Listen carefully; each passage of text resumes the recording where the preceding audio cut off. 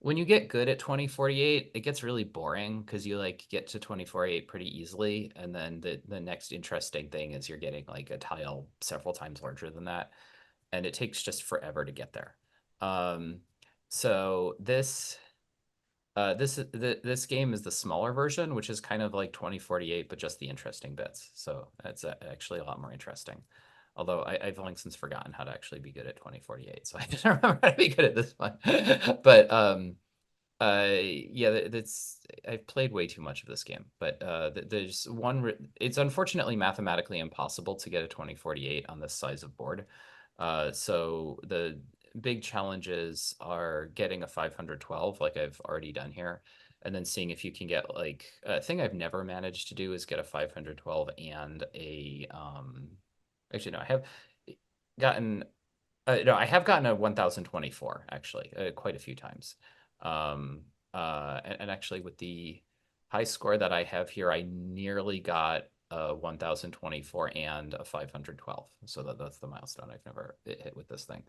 But the equivalent of the challenge for 2048 is getting a 512 in this game. And then you just have to get pretty darn lucky to get a 1024. You actually mathematically have to get a 1 in 10 chance happening of getting a 4 at the exact right time to get a 1024. There's like literally no way of avoiding that.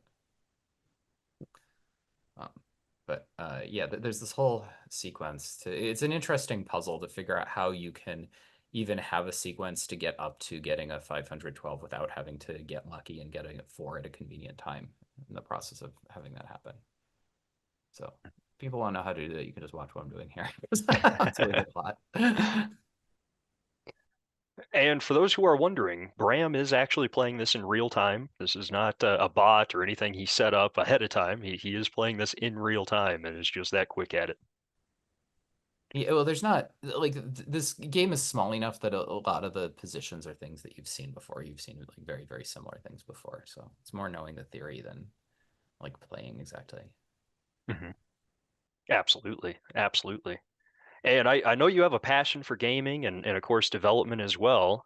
One thing that I know you wanted to touch on briefly is coin price. Oh, And we hear all this FUD about coin price and it's going down and all that type of stuff, but you wanted to share your perspective on well, the Chia coin so price. first off, people complain to me and say basically, Bram, you're a bad person because coin price is low, which is like, what? No, no, no, no, no. As if coin price being low is good for me. No, no, no. Coin price is. I would really rather coin price be higher. It would make us funding our operations a lot easier.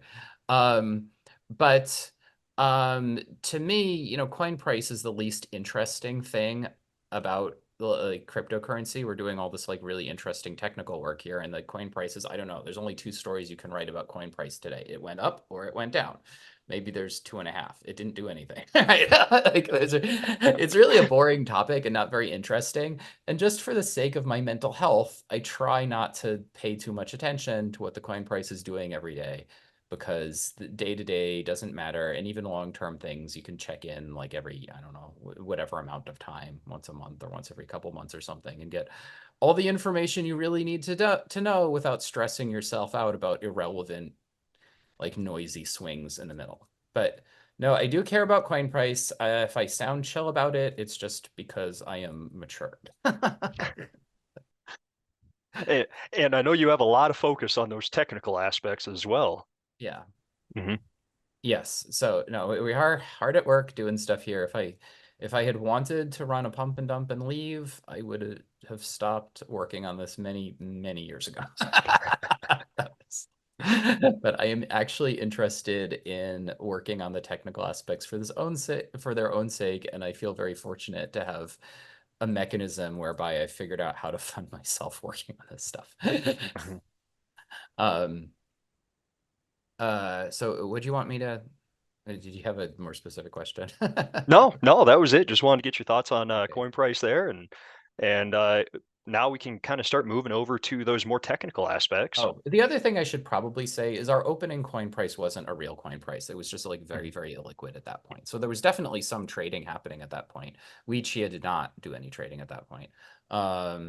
The Um, but the price crash that happened afterwards was due to it being very inflated right from the beginning, and it was not a price that I was expecting or shooting for or wanted, like right off the bat. Um, so, yeah. So anyway, I figure the price does whatever it's going to do. The Warren Buffett says that um, prices are the stock market is a voting machine in the short run and a weighing machine in the long run, and what you should care more about is the long run, and in the end, usually, mostly, not always, things with value win out in terms of price. Mhm. Absolutely, absolutely. Yeah, I completely agree with that. Absolutely. Mhm. For those of you jumping in here and wondering why is Bram just playing a game on screen, one thing that I don't think many people know about Bram is he's always tinkering with something, always playing with some puzzle or playing with some game. And here we get to kind of show it off to everybody else, and you can tell he's actively engaged in conversations and creating new high scores in the game at the same time. It's always fascinating, and I know we've shown off some of your 3D printed puzzles as well for that Yeah. similar purpose. Well, this is my legit high score here with no Mhm. takebacks or anything. This thing allows you to do takebacks, so obviously you can trivially get a much higher score just by doing takebacks until you get lucky every single time you get a bad situation.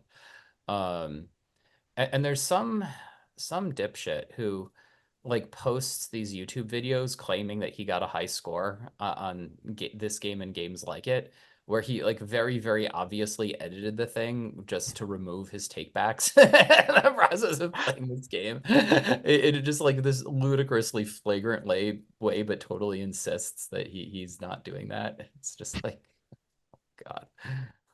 Yeah. Absolutely. So it's cool to see the proof of the pudding and watch you do it in real time. Yeah.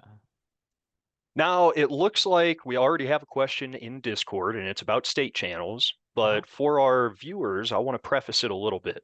Do you mind giving us a high-level overview of what is a state channel and how it differs from, say, an L2? Well, state shells are an L2. There's a question of what is an L2. Actually, Vitalik pretty recently tweeted out saying, hey, maybe we should stop giving things the benefit of the doubt about being L2s. Like maybe things that are actually just 100% centralized systems that don't really have a coherent plan that's likely to work for becoming a decentralized system, we should stop calling them L2s when they are not even vaguely like L2s at all. They're just a centralized sidechain thing that you're just trusting somebody. Um, uh, but yeah, engineering in Ethereum is not the greatest. Oh,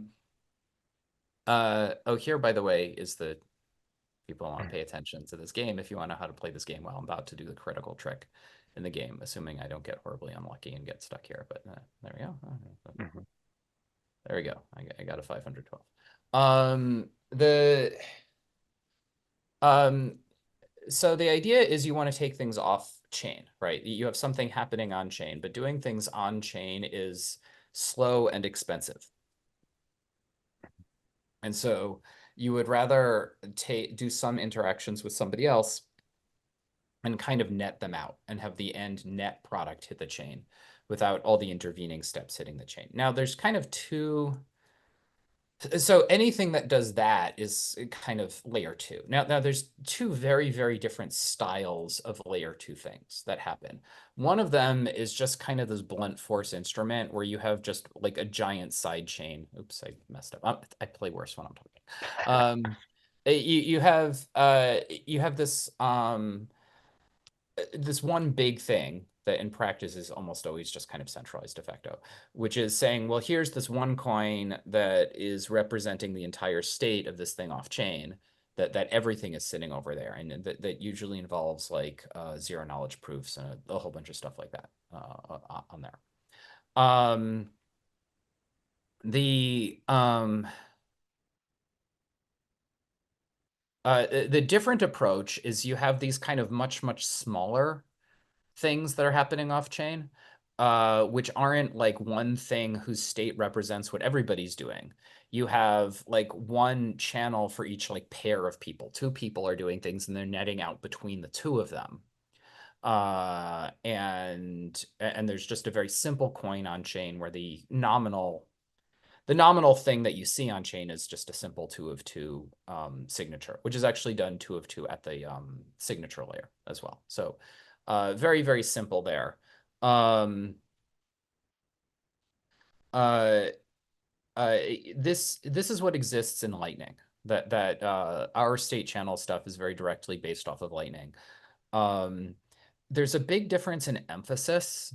The Lightning network is a network. It's all about getting routing done and stuff over it.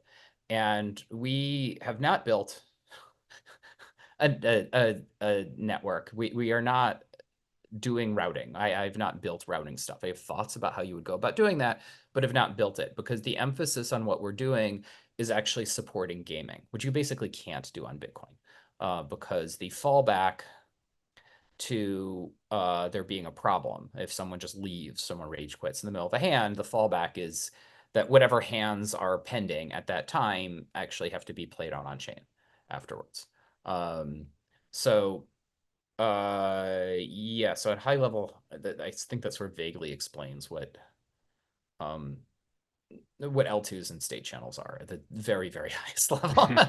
No, it's absolutely perfect. And it leads right into Yak's question in Discord as it's about why are there limitations as to how many moves can be done in a state channel? So the question is, there are not yeah. limitations about how many moves you can do in a state channel. You can do any number of moves in the state channel. You can just sit there playing for eons, and then only at the very end of the thing do you actually go on chain. And in fact, the only thing that ever has to go on chain is what hands are pending at that time. The entire history of it can be short circuited over and skipped over to go on chain. Now, in Lightning, there's blah, blah, blah, it gets a little bit in the weeds here. In Lightning, the way they've implemented it, there's some technical limitations that are just kind of annoying, where you get this quadratic blow up where like every single time you create a new state, you need to make it so that all the old states well, you need to remember all the old state around. So you need to have, there's a few options how to do it. I believe the way they've done it is there's a way of slashing all of the old states, and you need to remember all the old slashings as you go forward and just keep that around, which isn't that big a deal because it's probably at the most millions of things, which isn't a large amount of stuff. What gets more annoying is if you try to be a little bit less slash happy about how the state channels work and make it so you always just update to the latest thing. If you try and do that, then you have a really obnoxious quadratic thing going on where every time you have a new state, you give the ability of the counterparty to short circuit all of your own old states to the latest state as well. That requires sending each one of those updates individually. If you were to do that in Lightning, which they're not exactly doing, complicated, not really implemented yet. But that's much, much simpler in the implementation that I've done. So what I'm doing, the way I'm doing state channels, this is getting kind of in the weeds here, but the way I'm doing state channels is, well, first I should explain how they do it in Lightning. So the very simplest state channel is we have this 2 of 2 coin, and at any given time, there's like some kind of a virtual state, right?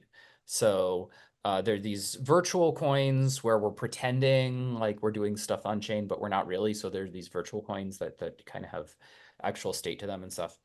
And the fallback, whenever anything bad happens, is these virtual coins become real, right? And so in general, if I do some update, what I do is I say, okay, well, here is my signing of the unroll of the state channel coin to making these latest virtual coins become real, right? And now and now you have the ability, since I did half a sign for you, you can finish this and you can unroll it out. Now the problem is, if you send a new state back to me, I need assurance that you no longer have the ability to go to the old state. I now know I could unroll to this new state you sent me, but I have this concern that maybe you could take the old state that I gave you and unroll to that. And so in the original way of doing state channels, you actually give me the ability to slash, right? That the state channel does not immediately unroll to the virtual coins becoming real. It unrolls to this intermediary state where it can either do a corrective measure, or if no corrective measure happens after a timeout, it unrolls to the things it's actually supposed to go to. So one way of doing this is that if something that's too old gets unrolled to chain, there's slashing happens and the other person gets all the money. Now, this seems a little bit extreme and potentially susceptible to people getting slashed when they just had some kind of a technical issue, or the other person tricking them into doing an old state or something. It just increases your attack surface. It's very unpleasant. So what I'm doing instead is I'm making it so that whenever whenever there's an attempt at an unroll that happens, the same thing. If a timeout happens, then it unrolls to what it's supposed to. However, before the timeout happens, the other person involved in the state channel can unroll to a more recent state, meaning one with a higher number. Just the rule is it has to be a higher number state, and it has to have the opposite parity, right? So you can't unroll and then unroll again to another state that's one that the other person sent you, because you should have done the higher number the first time, right? So the way state numbers work is like I'm sending you even number states and you're sending me odd number states. So I send you state 2, and then you send me 3, and then I send you 4, and you send me 5, and so on, right? So that's how I'm doing it, which minimizes the number of obnoxious, nasty edge cases and makes the code pretty simple. Funny enough, the state channel itself is the simplest code in the entire thing. It's like really, really dumb. The um uh but the one benefit we're getting here actually is in the signing of state channels, because it's 2 of 2 and we're using BLS. That protocol is very simple. Like when I send you a state, I just send you a half signed transaction, because you can just do the other side and aggregate it afterwards. It's very, very simple to do that. It makes it really super convenient. Yeah, that's excellent. That's excellent. Um, to apply it to how we're utilizing state channels within on-chain gaming, can Yeah. you describe kind of how the referee coin works and how the state channel will maintain that? Yeah, so you have a game coin, right? There's something there are these virtual coins that I was talking about, right? And those can be game coins, right? So we're playing this game, and the way a game coin works is we alternate turns. Like it has some state that represents the current state of the game, and it's my turn, so I can sign off saying, here's my next move, and now it goes to a new state, and then it goes to uh and then it becomes your turn, and you make the next move, and so forth and so on. And then if one of us just doesn't move, then eventually it times out, and there's a defined split of who gets it at that point. Interesting property of poker is it has this designed in that like somebody can fold on your behalf. When you fold, you don't lose all the money in your stack. You only lose the amount of money that you actually put into the pot. Um, Interesting property of poker. So, um,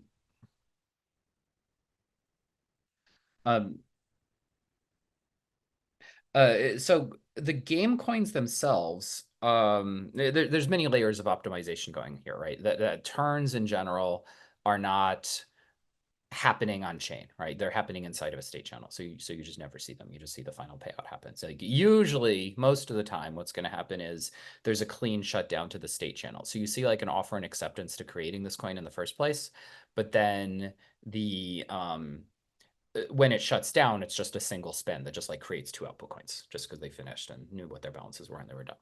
Um, the so that's one layer of optimization, is don't do stuff on chain. Then the next layer of optimization is when you do stuff on chain.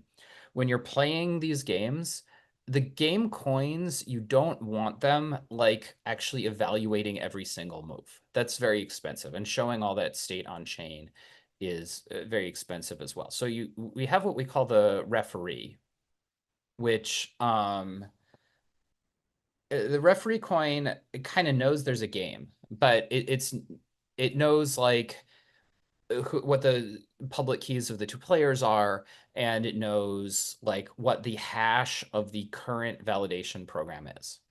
But it doesn't actually yet know the current validation program it's committed to, but it doesn't know. And it knows like what move somebody just did, and it knows what the next player gets when if they fold right now, right?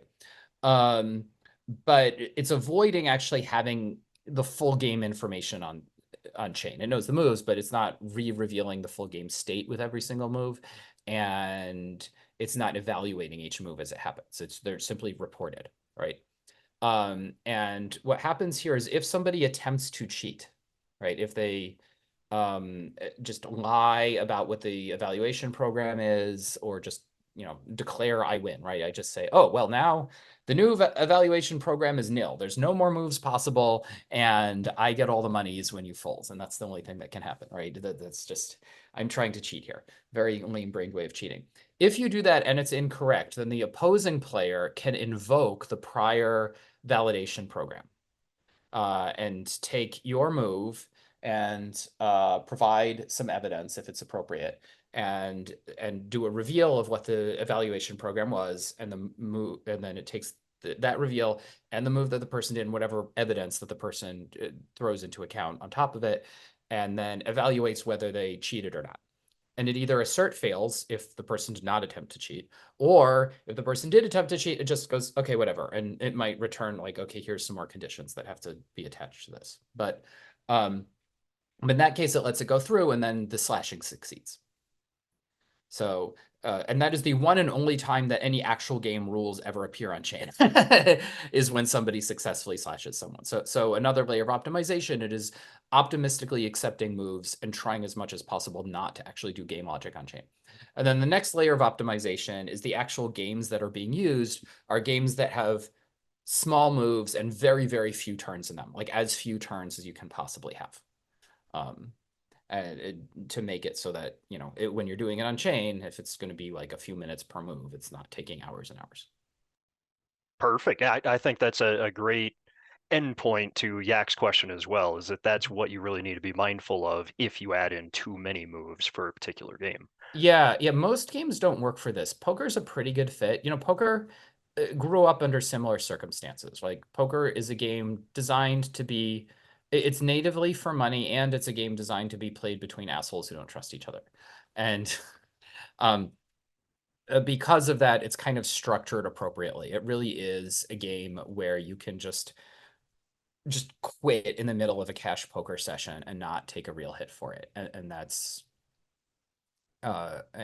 just part of the criteria that it grew up around is people might be rage quitting in the middle of these games. So yeah. Absolutely. Absolutely.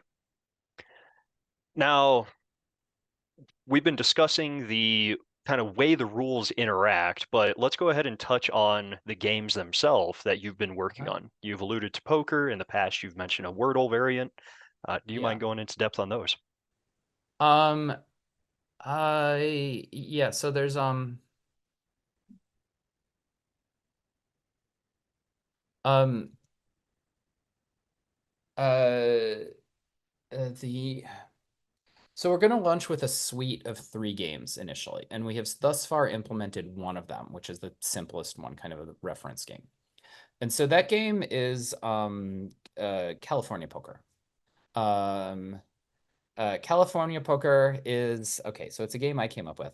But it's by far the best game I ever came up with, and it happens to be an absolutely perfect fit for this. So it is simultaneously a good reference game because it's so, so simple, but also a fun game and a legitimate game of skill. So Wordle, the rules, you can just play it with a regular deck of cards. You take a regular poker deck of cards, shuffle it up, and then you deal out 16 cards, 8 each to 2 players, and they're all face up. So I see all of your cards, you see all of my cards. All right, so that's the setup of the game. Now we both pick up all 8 of our cards, and without the other person being able to see what they are, I set aside 4 cards for you, and you set aside 4 cards for me. And once we're both done doing that, we then swap the cards we set aside for the other player. Now we both have 8 cards again. Now we form the best 5-card poker hand we can out of the cards we have, and whoever has the better one wins. That's the whole game. You just do this over and over and over again. Playing it is very, very simple. It's just sort of like you select four cards, hit go, select four cards, hit go, and just do this repeatedly. So very, very fast game. This is a nice, simple game. It does hit some interesting edge cases of it because it appears to be simultaneous play. It is not, well, it has two things going on that are interesting. Number one, it has randomness in it. So you have to use commit and reveal for that. And maybe 1.5, it has actual permutations in it, which you can use in this case for reasons. So, and uh, and then it appears to be simultaneous play. So the actual implementation of it is not truly simultaneous play. It is a turn-based game, but it does some things to make it so it doesn't have to. Um, it does some things there so it doesn't have to actually be simultaneous under the hood. And so it doesn't have to reveal to you that it's actually turn-based in the play. We have a demo that shows the turn-based nature of it, but it's not necessary for normal play. So yeah. So that's the reference game that we've done so far. The other two games are this like Wordle-like game. That one, again, really simple. There's a dictionary of words that you can select for, and every single hand, both players, it's really two hands happening simultaneously. So both players select a word out of the dictionary. That's just what they do. They pick a word out of the dictionary. And then the other player is trying to guess it. And after every guess, you get a Wordle clue. And the rules are you can multiply the amounts by whatever, but the rules are if you get if you guess it on like the first or second guess, you get uh like one Chia, right? And if you get it on the third guess, you get a fifth of a Chia. And if you get it on the fourth guess, you get a 20th of a Chia, and on the fifth guess, 100th of a Chia. And if you don't get it on the fifth guess, you just don't get anything. So yeah, so those are the rules of that game. Might be that we tweak the amounts after playtesting a bit. Haven't really playtested it yet, obviously. That one is, well, it's people like Wordle, so, and it's based off the old formula mastermind. So this is using a currently popular and very proven formula, just kind of putting the mastermind back into Wordle, really, and adding a amount component to it, which for reasons that are a little hard to explain leads to it being a really difficult game to actually solve. Just find a perfect solution for is pretty difficult. From an implementation standpoint, that one's really interesting because it has this dictionary. So there's a question of how do you implement this effectively. Um, and this actually hinted a lot at the slashing approach that's being used. So the way it's going to be implemented is there's a trusted setup of the game that somebody does at some point. We'll just sign the dictionary and then just, I don't know, burn the computer that we did. Just like reformat it or some shit. And anyway, so that key is gone. But uh, there's this question of someone might have selected a word. Like someone either guesses a word that's not in the dictionary or they reveal what their word was that they picked and it's not a word in the dictionary, right? Because, they just said Z, Z, Z, Z, Z was the word that they picked, and the other person failed to guess it, which is like, well, yeah. So the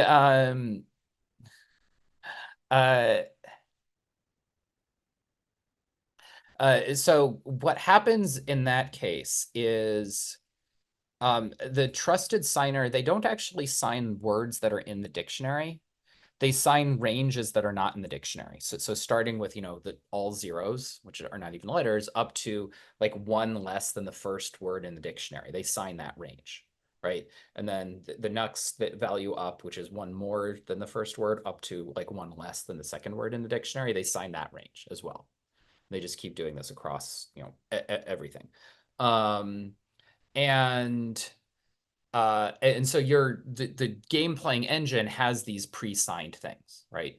And so when the opponent tries to use a word that's not in the dictionary, at the time it gets revealed, because you sort of use it at some point where you did a hash commitment but haven't revealed it yet. But at the time the reveal is done, the opponent will slash by saying, no, you cheated.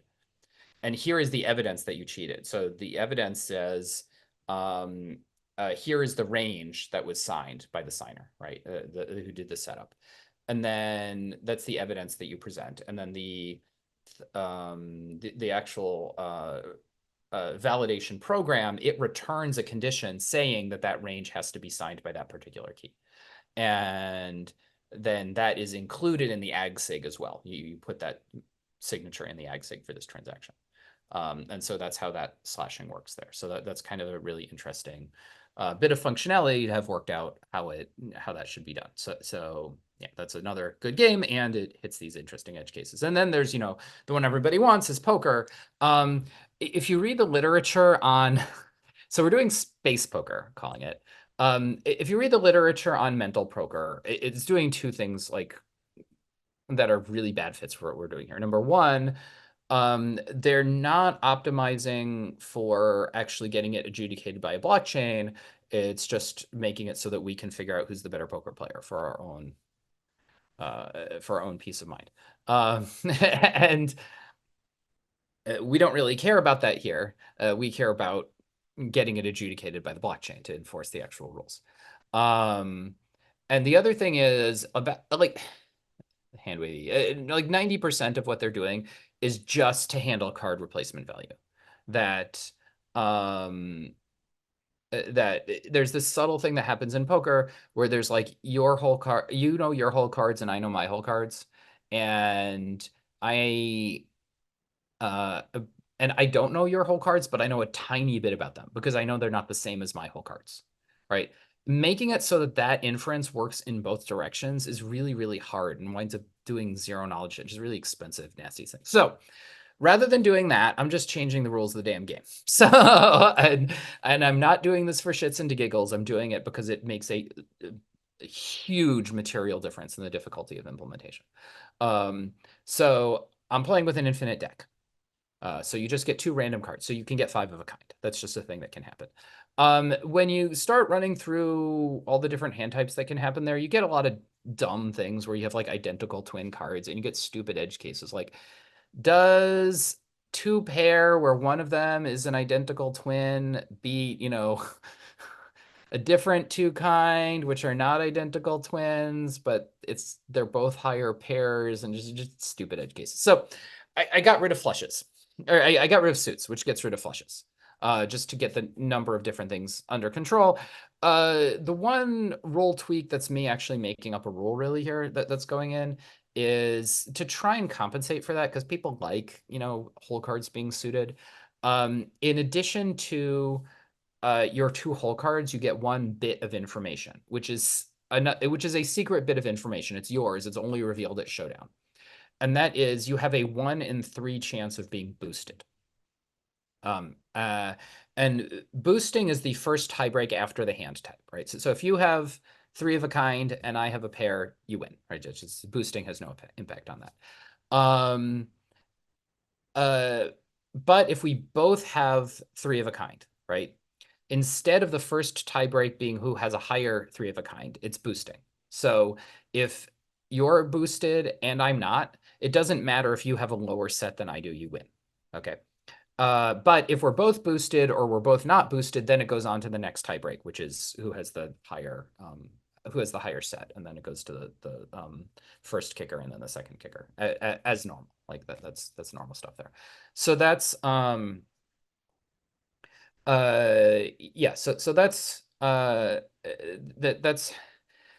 me trying to tweak the rules to be fun and interesting and have a good. This is actually relevant to gameplay way more frequently than flushes are, and is very, very analogous to your whole cards being suited. So hopefully, not a bad change to the rules. And then and it makes it so for every hand type, there's the boosted and unboosted versions, and that boosted version is half as likely as the unboosted version. And then there's the other change that's happening is, well, in order to reduce the number of turns in the game, and this might just be a good idea because it makes the rules a lot less confusing. The first to act on every street is the person who did not call on the previous street, right? So it's much easier to understand, especially for noobs, because you're always alternating turrets, right? Like there's somebody who it's asymmetric in that there's someone who moves the first at the very first street, right? And they do something.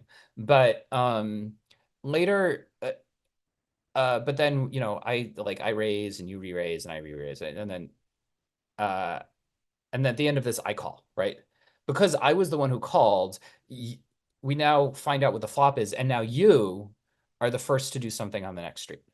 Um, this is a lot less confusing because it's not like it, if normally if I'm out of position and then I call at the end of a series of raises, then the cards are revealed and I act first. So it's kind of like I move twice in a row, which is kind of confusing and weird. And like the rules of order and position in ring game like are easy to follow, or well, it make a lot of sense in ring games, but feel really weird in heads up. So this might just be a good idea just from an understandability standpoint. It completely changes how the game works. It makes it quite a bit less partisan, but like nobody really knows what it does to how the actual gameplay happens. But the reason I'm doing it is because it makes for fewer turns on chain, right? That thing where somebody appears to move twice in a row, what actually winds up happening if you implement it is that person isn't actually moving twice in a row. They like move and then the other person does like a reveal, but no actual move. And then the first person moves again.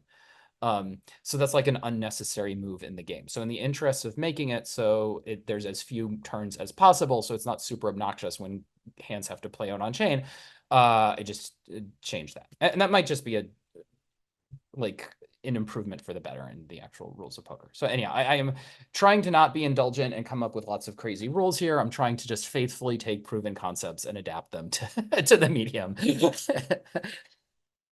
Yeah. Absolutely, absolutely. Yeah, thank you. I really appreciate that dive into each of the games, and I know we have a couple of questions regarding other types of games and whether or not they would work with these state channels on Chia. Sure, shoot. What are The they? first one is Battleship. So Battleship has a lot of the same problem that a lot of things do, that the game is really way too long. Mhm, It's a very long game. And so if you actually had to play it out on chain, it would take like hours.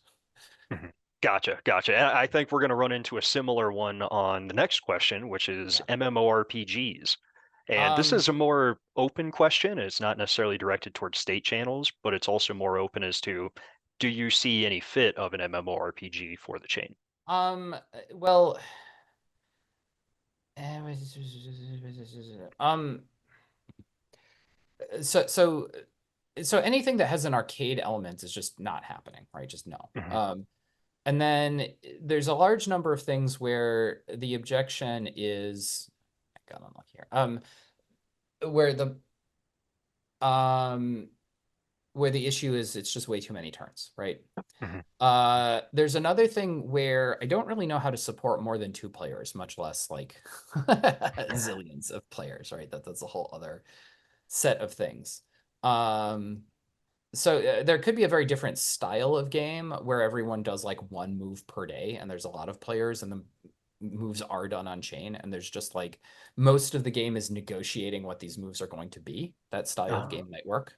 mhm, So there's a lot of game play, but it's happening off chain while you're doing a lot of negotiation, and the actual on chain play is very minimal. mhm, There are such things that exist. I don't think anyone's really nailed it for an actual blockchain game that's actually happening today, but it might be possible to make something that's really great that's of that style. Um, mhm, uh, the there are these interesting questions like could you have like a trading cards game, right? Like how would you do it so that there's some game where I have capabilities that are based off of assets that I can just go acquire, right?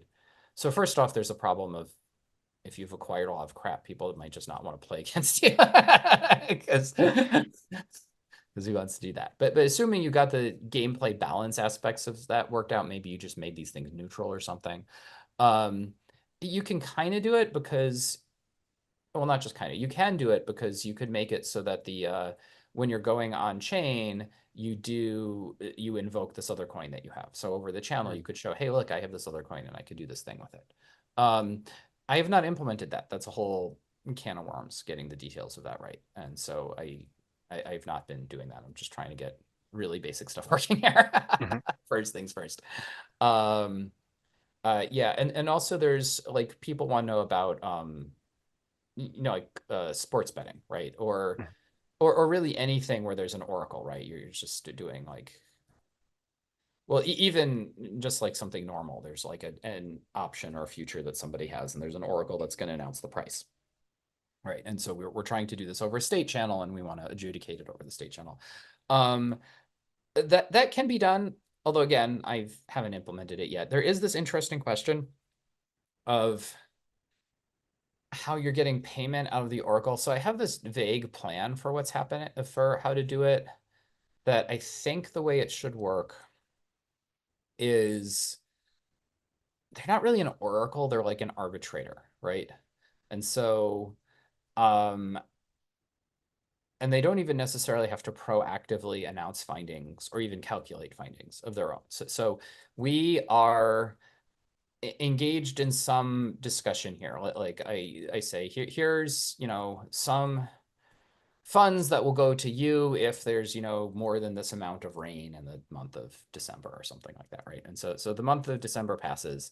Um, and then I say, "Oh, you owe me the money." And you say, "No, I don't." um, and so so to adjudicate this, we specified an adjudicator beforehand, right? Who is going to be the adjudicator for our channel. And they and when this gets unrolled on chain, they notice it, right? It says, okay, this is for the adjudicator to do. Now, in order to make this happen, when I accuse you of lying, okay, I pony up some money, right? I pony up the adjudicator's fee, right? And then you either um give up and then I win. I get the money minus the adjudicator fee. Or um you say no, no, no, no, no. You're lying. I'm right. But then you also have to pony up the adjudicator's fee, right? Um, and if that happens, then the adjudicator has to wake up and make a decision about who's in the right here. And then whoever's in the right gets uh uh, whoever's in the right uh gets the money, minus the adjudicator fee. So the adjudicator fee is only paid once. Um, but yeah, that's the something that maybe they have to pony up earlier. I'm not sure. Anyway, that's the general idea for how to do it. I don't have that like completely fully worked out yet, but that's my thought. Gotcha. Yeah, that's really exciting. And I know, there's a whole bunch of other capability and in our first games will be the proof of concept showing this is how state channels work, this is how gaming can be done. Um, there were two questions regarding state channels themselves, and I know one of them you had briefly addressed previously, but it's how can two parties find each other for these types of games? And can state channels have more than two participants? Um, State channels as I'm building them now cannot have more than two participants. Actually, just even getting state channels to work right, even at the state channel level with more than two people is really problematic. I'm not sure how problematic, but if you go read the literature on NV free cake splitting, it's fucking terrifying. So, not trying to do that. And actually, when you have games with multiple players, the opportunity for collusion within the games gets really insane. So, much easier to just go heads up everywhere. Um, what was the other part of what you asked before that? How do two parties find each other for one of How do these they state find each other? channels? Okay, so there's something called the tracker, um, where we're going to be releasing a very minimalist tracker to begin with, like something that's kind of like Google Hangout style, right? So you go to the tracker and say, hey, I want to start a session. It goes, okay, cool, here's a URL. And then both you and the other player enter this URL, or well, you click on this URL yourself and you cut and paste it for the other player, and they click on it, and now you're both playing against each other. That's how you set it up, right? Um, Obviously, you can get much more sophisticated than this in what the trackers do. We are going to launch this minimalist thing on the assumption that it kind of works, but that other people are going to be running them and adding in peer like opponent discovery mechanisms and giving people reputations and things like that on trackers. But this is going to be something that other people write. And there's really no end to the amount of sophistication that those can have. And we're not in that business ourselves. So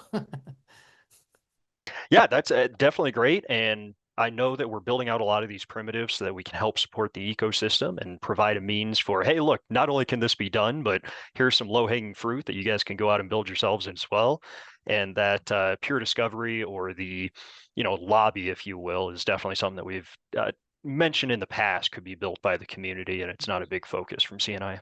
Yeah, we're actually going to have we have different milestones coming up of where we're at. The first one is actually one where probably it's going to be that we have um a usable front end that does work.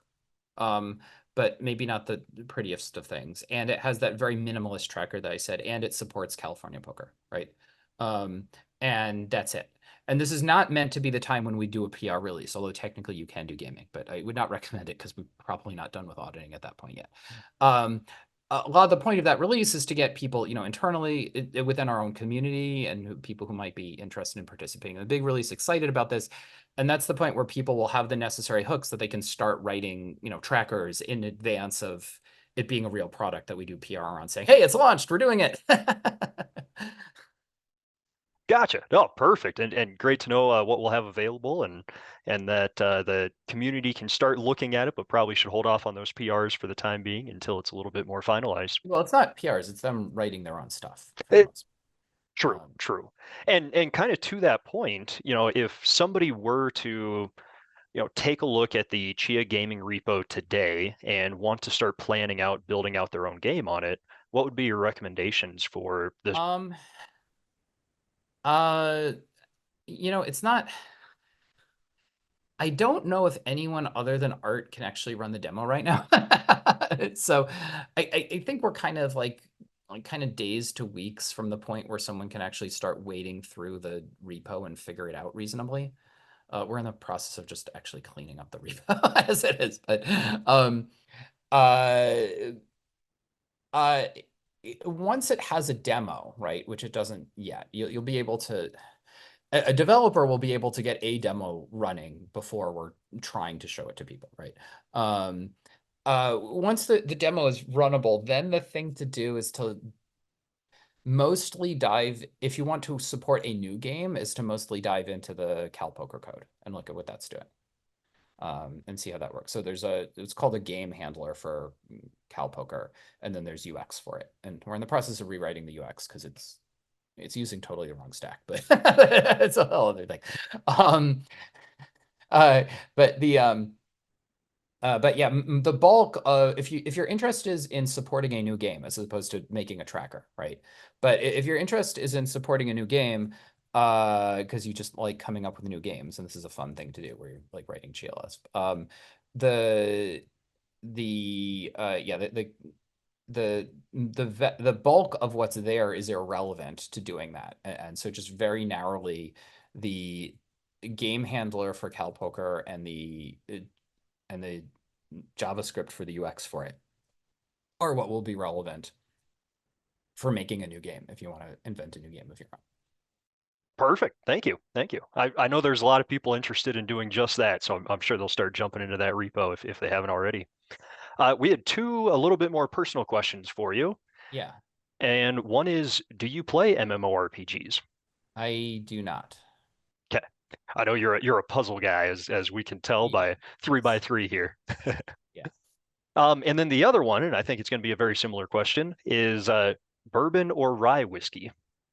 I don't drink all that much, so Hmm. I don't really. And that might be a better one for Gene right there. I know he'll give you an Yes, answer yeah, for yeah. that. Gene will definitely have an opinion on that one.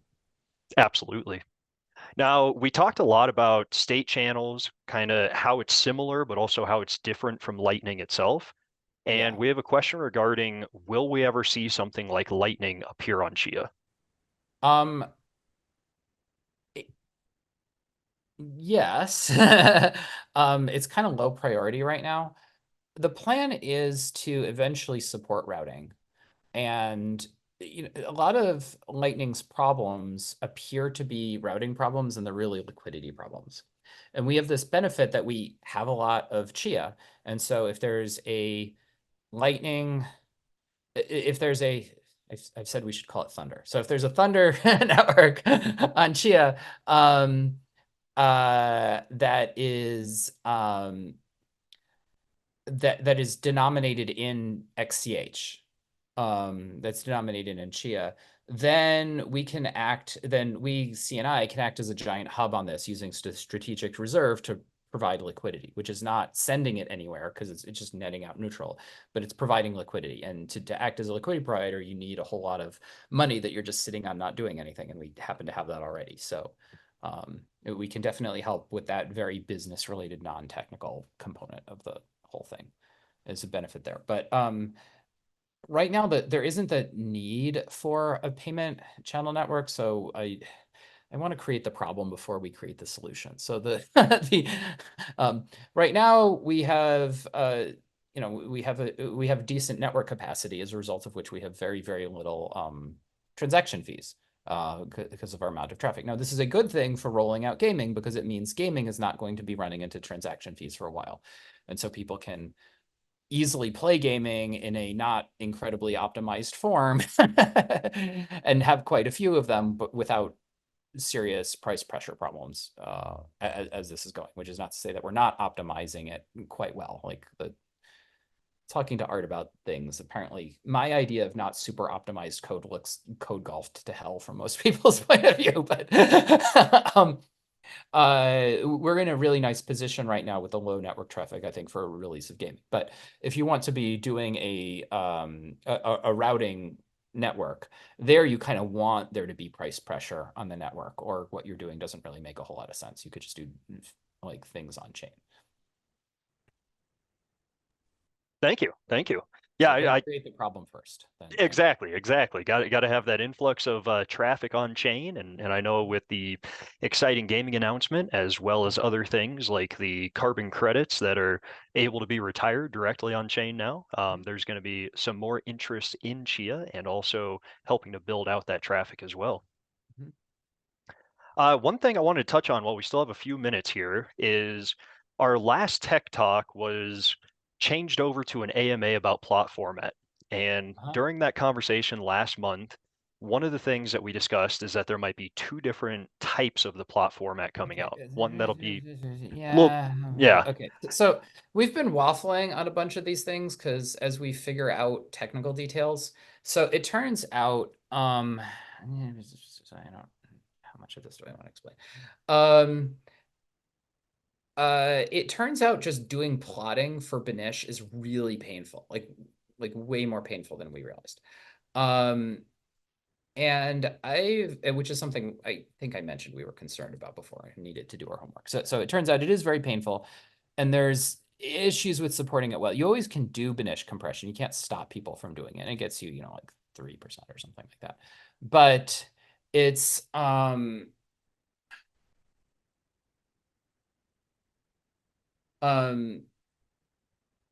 it, our current plan is to not have Banish compression in our standard implementation. Um, the and not do things that rely on it. So it's kind of just everywhere what we were planning on doing for the HD before. Now it turns out the flip side of that actually is implementing Banish is probably entirely doable, like from a farming standpoint. It's just plotting it is kind of a nightmare. Um, so the um so if you were to do Banish compression, you could probably do it on hard drives. And I actually did figure out some neat optimizations that I actually went and implemented Banish compression, and I came to this realization that you can do it with a lot less copying data around and with much better locality than is in the write-up that we have right now. So we really should add that. We should really add that to the write-up. Um, we haven't done yet. The um, but yeah, right now that's all kind of tabled. So there may be in the future some alternate format, which is not HD versus SSD. It's just the Banish compressed format, which is like like maybe on the order of like 3% smaller, but is um kind of obnoxious to plot that you need something with a lot of RAM and it takes a while to make those plots just to get it going. So, and it's a pretty substantial amount of work to implement that. So in the interests of practicality and getting our new proof of space format out sooner, we are not doing that immediately. Although I will be making the stuff I did figure out about Banish compression available to everyone. Yeah, good news there is the amount of seeking on HDs is going to be fairly under control. But yeah, it is. There's a bunch more stuff that we came up with. We keep altering what our plans are for the proof of space because we keep figuring out improvements. We've got a much better handle on a few things now, but we're not ready to explain what's different from the last time we gave our plans. So, but if there's anything where you want to measure twice, cut once, it's on, proof of space algorithms. So. Absolutely, absolutely. And I know, yeah, since that last conversation, you had that Benish compression working model set up. So I was very curious to hear the results of that. And thank you very much. Yeah, it was fun working on that. I really feel like I did my homework after implementing that thing. Geez, that was painful debugging right there. Yeah, it's a whole new thing, and definitely a good enhancement. But as you say, it's not required for everybody to have that 3%, especially when it creates a larger burden for plotting. It makes Yeah, sense to hold off yeah, initially. it is looking like in terms of the amount of compression that can be done with the new plot format, 3% is actually going to be pretty big. Mhm. That it actually it is going to be really, really hard to get really any compression out of it at all, even if you're being pretty grindy. So, because we came up with some really great approaches to that. Excellent. Well, thank you. And we are just about at the top of the hour here. So I do want to thank everybody who joined us today for another great Tech Talk with Bram, where not only do we get to hear about all the puzzles that he's playing and working with to build, but we also get to dive in a little bit more about the technical details of Chia, the blockchain, and also different implementations or primitives across blockchains. I have one last question for you today in the Q&A here, Bram. And I'm not sure, there's two different ways I could take the question, so I'm going to ask it both ways. But it's, do you think you could beat Vitalik at poker? And I kind of understand this in Um, two ways. One being, yeah, do I'm you think not. you can have it implemented first, or do you think you could play it Well, first? Ethereum isn't even trying to do the approach to poker that Mhm. we're doing at all. So this is really a new game segment, I think, that we're inventing here. I'm not actually a very good poker player. And to if I want to not make an ass out of myself, like in a tournament or something, I have to like study beforehand. Like I'm among my cognitive deficits, the whole notion of like quantitative value is something I have only a very loose concept of just in general. It doesn't work for me. All the concepts of like distance, speed, weight, amount, all that stuff, I really kind of have to recalibrate when I think about them every single time. So as a result, I kind of play poker like a maniac because bluffing doesn't scare me. But I have a hard time getting a sense of what's going on in the game. I'm just really not like following it all that well. But I mean, I can study and do it, but it doesn't come naturally to me, and it's a lot of work to get any good at it. Um, and poker by its nature has a lot of noise, right? That there's just a lot of random chance in any one given hand. In one session, even a much better player can lose to a much worse player a significant fraction of the time. So yeah, it's not like chess where my chess rating, I've been practicing a bit doing just like tactics training. My chess rating is around 1700 right now, which is I guess kind of decent. Feels really crappy to me because I'll like play over my games using Stockfish after doing them, and that's just an exercise in humiliation. Like, horrible. Um, but I think on chess, this is 1700 on chess.com, which I think is Mhm. comparable to a FIDE rating of 1700.